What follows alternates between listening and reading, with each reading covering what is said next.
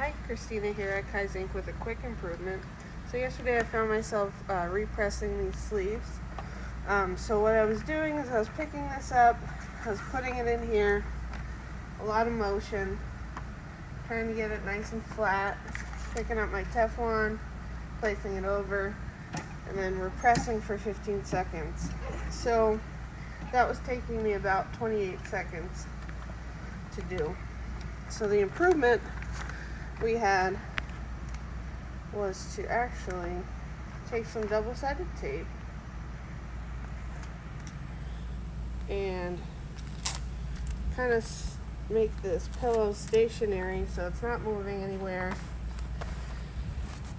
Also taking the Teflon and taping that down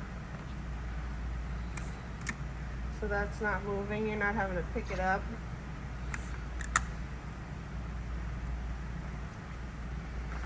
So now I was just taking the sleeve, sliding it on, sliding that down, and pressing, and that shaved off about 7 seconds. Thank you.